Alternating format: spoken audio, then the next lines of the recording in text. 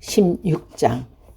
다윗이 산 등성이를 넘어서 조금 지나가 무비 보스셋 시종 시바가 안장하던 나귀 2마리에 빵 200개, 건포도 100송이, 여름 과일 100개, 그리고 포도주 1마리를 싣고 왔다. 이게 무슨 웬 것이냐? 웬 것이냐고 왕이 묻자 시바가 대답했다. 이 나라들은 임금님의 가족이 타실 것입니다. 빵과 여름 과일은 임금님의 신하들이 먹을 것입니다. 포도주는 광야에서 지쳤을 때 아무나 마시라고 마련한 곳입니다. 왕이 다시 제가 섬기던 옛 성전의 손자 되시는 분들 지금 어디 계시냐 하고 묻자 그가 대답했습니다. 지금은 예루살렘에 남아 계십니다. 그는 이번에 이스라엘 가문이 자기의 할아버지의 왕권을 자기에게 돌려줄 줄 알고 계십니다. 시바의 말을 듣고 왕은 무비보셋의 재산을 다 내가 가지라고 말했다. 시바가 저람에 말했다. 성은이 만극합니다. 길에 성은은 입은 몸이 되기를 소원합니다. 다윗 왕이 비오렘에 다다랐을 때였다. 사울의 친척 하나가 거기에서 나오면서 입에 담지 못할 욕설을 퍼부었다. 그는 게라의 아들로서 이름이 시므였다. 그는 왕과 신하들 그리고 자위에 모시고 선 군인들 장교들에게 마구 돌 판매질을 하며 어떤 말로도 다윗을 욕하는 것이었다. 꺼져라 이 살인자야 꺼져라. 이 불황당 같은 놈아. 사울 일족을 죽이고 나라를 빼앗은 놈. 그 원수를 갚으려고 이제 야훼께서 이 나라를 내 손에 빼앗아 내 아들 압살롬 손에 넘겨주는 것이다. 이 살인자야. 내가 이제 죄 없는 사람의 죽은 죄를 받을 줄 알아라. 술루아의 아들 아비새가 보다 못해 왕에게 아뢰었다.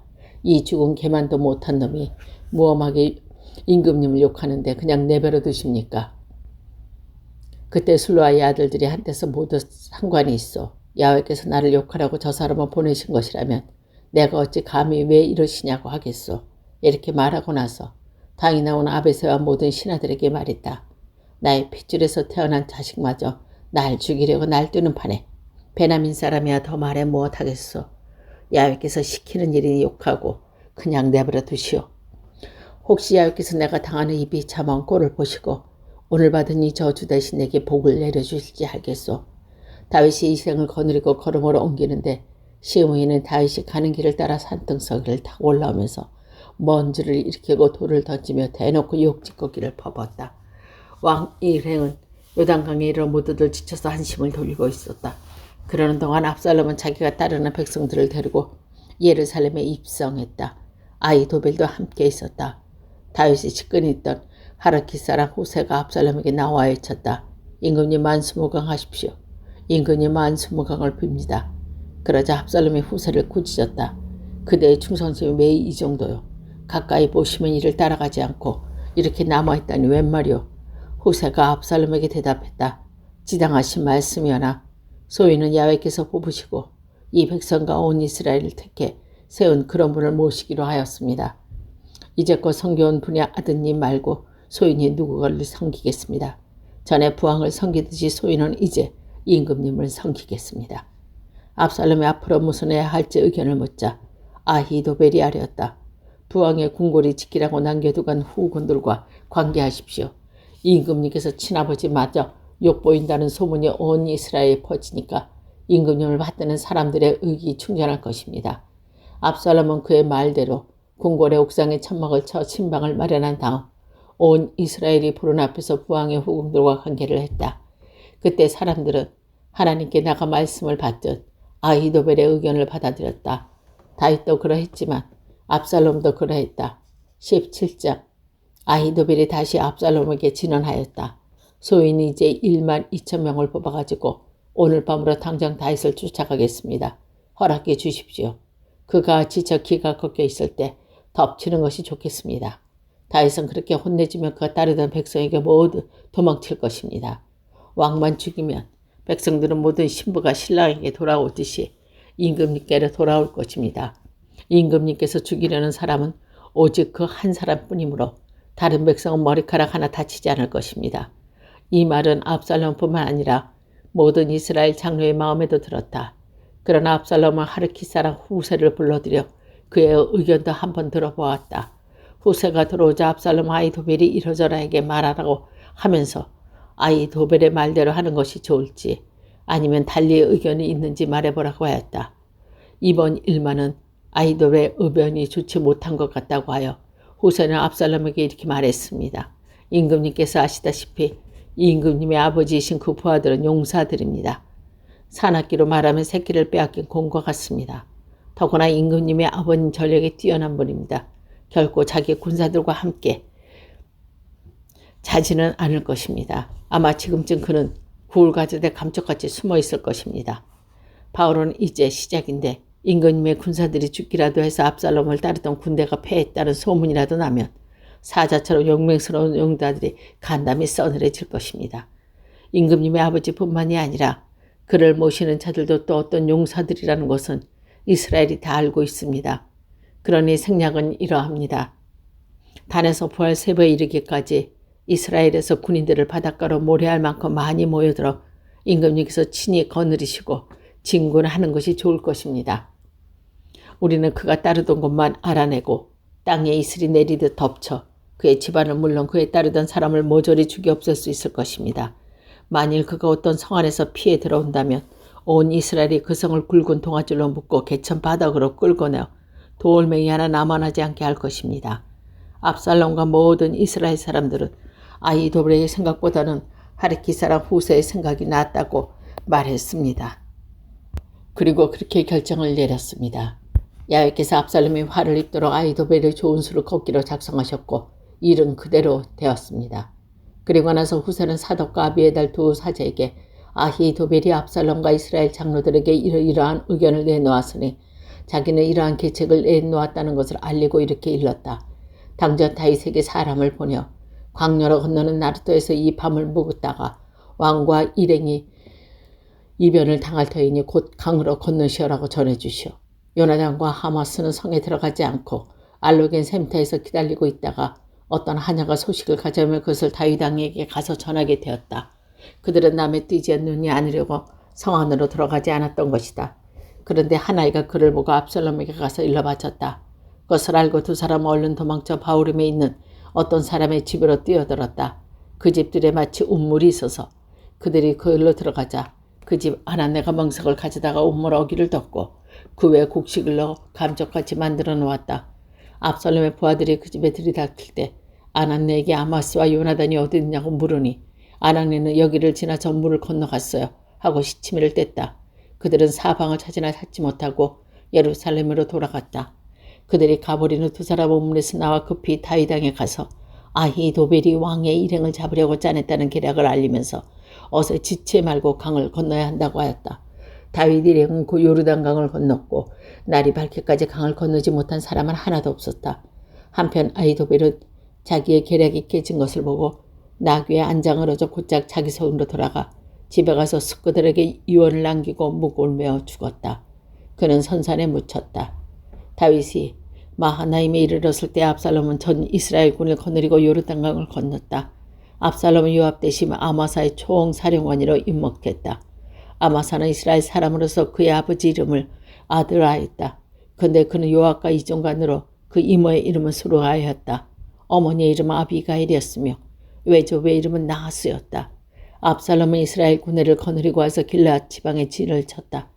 다시 마하나임에 도착했을 때에 암몬 땅 라빠에서 나하스의 아들 소비가 로드발에게 암미의 아들 마갈이 로글림에서 길르앗 사람 마르질레와 나와 맞으며 이부자리 주발 물겨 밀 보리자루 볶은 밀 보리 콩팥 꿀 엉긴 젖 양송이 소고기 등을 다윗 일행에게 먹으라고 내놓았다.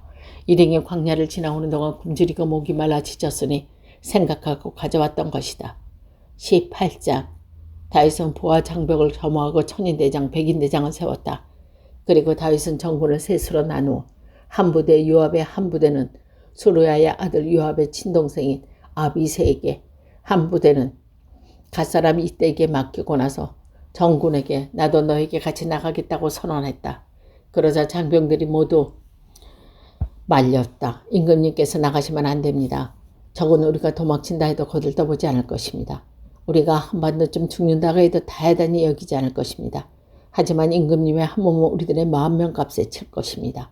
그러니 임금님께서는 이 성 안에 계시면서 저희를 도와주시는 것이 좋겠습니다. 왕은 그들의 말을 따르기로 하고 성문 곁에 서서 백부대 천인부대를 진군하는 사열을 일코는 요압과 아비새와 이때 압살롬은 아직 철이 없으니 자기들을 보아서라도 너무 심하게 다루지는 말라고 당부했다. 왕이 전 지휘관의 압살롬을 두고 부탁하는 말을 적군이 들었다. 정골은 이스라엘과 맞아 싸우기 위해서 들판으로 나갔다. 싸움은 에브라임 숲에서 벌어졌고 거기에는 이스라엘군은 다윗의 부하에 패하여 그날로 2만 명이나 되는 전사자를 냈다. 싸움은 그 일대에 번져 그날 칼로 말해 죽은 사람은 숲에 막혀 죽은 사람이 더 많았다. 그런데 압살롬이 그만 다윗의 부하에게 발견되었다. 압살롬은 노새를 타고 울창한 상수리 나무를 빠져나가다가 머리가 나무 가지에 걸리고 말았다. 타고 가던 노새는 그대로 달아나 버리고 압살롬은 공중에 매달려 있었다. 군인 하니 이것을 보고 요압에게 말했다. 압살롬이 상수리 나무에 매달려 있는 것을 보았습니다. 이 말을 전한 자에게 요압이 소리쳤다. 내가 그것을 보았다면 어째서 그를 그 자리에서 쳐서 떨어뜨리지 않았느냐. 그랬더라면 내가 너에게 은 10량 띠 하나를 주었을 것이다. 그가 요압에게 대답했다. 비록 은 1000량은 손에 쥐었다 해도 저는 왕자에게 손을 대지 않겠습니다.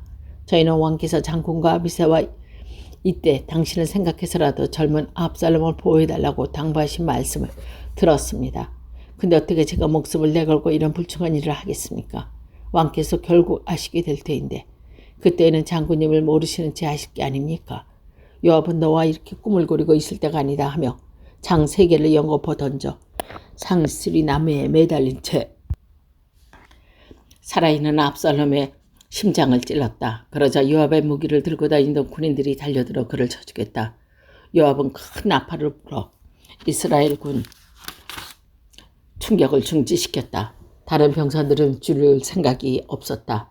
그들은 압살롬을 끌어다가 숲속에 있는 깊은 웅덩이에 던지고 교에 돌을 쌓아 큰 무더기로 만들어 주었다. 이스라엘군은 저마다 자기 집으로 도망쳐버렸다. 근데 압살롬은 살아있을 때 자기 이름을 이어갈 아들이 없다고 해서 왕의 계곡에 돌짐승을 세운 일이 없었다. 그는 그 돌 기둥을 자기 이름을 따서 불렀는데 그것은 오늘날까지도 압살롬의 비석이라고 불렀다.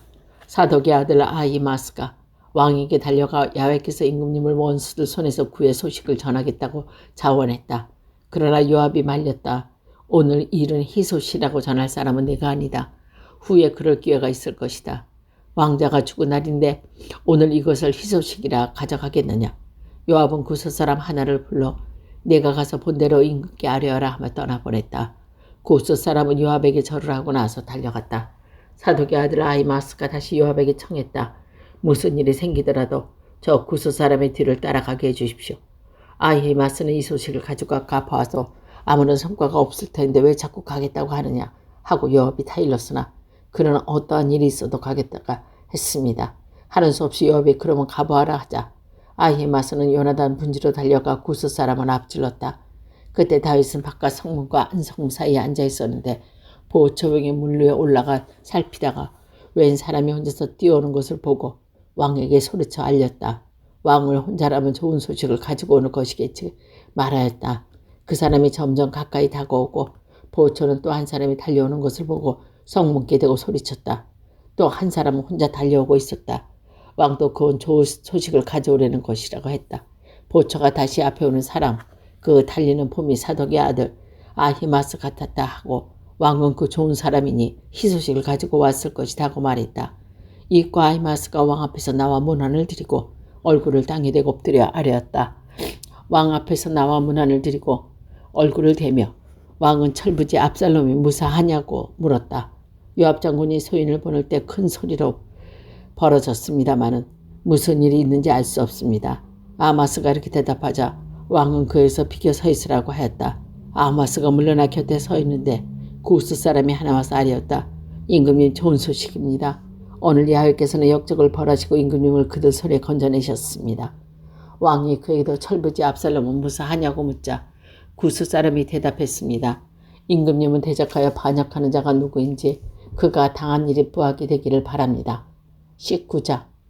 이 말을 듣고 왕은 가슴이 미어지는 것 같아 성문에 있는 고방으로 올라가 내 자식 압살롬아 압살롬아 내 자식 압살롬아 차라리 내가 죽을 것을 이게 웬일이냐. 이 자식 압살롬아 내 자식아 하며 멍노하고 울었다. 이 소식은 누군가 요압에게 전했다. 왕께서 목놓고 울고 계십니다. 압살롬이 죽었다고 통곡하고 계십니다. 그래서 그날의 승리는 오히려 모든 장로에게 슬픔을 안겨주며 통곡하고 계십니다. 그래서 그날의 승리는 오히려 모든 장복에게 왕이 아들의 죽음을 슬퍼하고 있다는 말이 퍼졌으므로 왕은 얼굴을 감싸고 내 자식 압살롬아, 내 자식 압살롬아, 내 자식하고 계속 울기만 했대. 그때 요압이 왕의 거처에 들어가 말했습니다. 저희 모두는 임금님이 아들, 딸, 왕비, 후궁들의 목숨을 건져드렸는데 임금님께서는 도리어 저희 모든 신하에게 얼굴도 들지 못하게 하셨습니다. 어찌 임금님을 미워하는 자를 사랑하시고 임금님을 사랑하는 사람을 미워하십니까? 이제 보니 이 장병들 신하들은 임금님께 아무것도 아니었습니까? 우리가 모두 죽고 압살롬만 살았더라면 임금님은 오히려 그것을 좋아하셨으리라는 것을 이제 알겠습니다. 이러지 마시고 일어나 나가셔서 신하들에게 따뜻한 말 한마디라도 해주십시오. 임금님에서 나가주시지 않으면 두고 보십시오. 오늘따라 임금님 곁에 머무를 사람이 하나도 없을 것입니다. 그리 되면 임금님께서는 어렸을 때부터 지금까지 당하신 어떤 불행도 더한 불행을 당하시게 될 것입니다. 왕은 일어나 성문께로 나가 앉았다.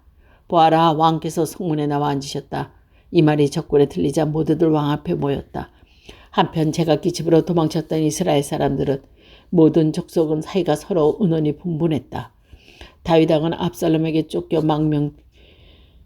망명되셨지만 손아귀에서 살려주신 배 아니냐. 우리가 압살롬에서 기름을 부어 모셔올 생각을 하지 않고 꿈을 꾸리고 있을 게 무엇이냐.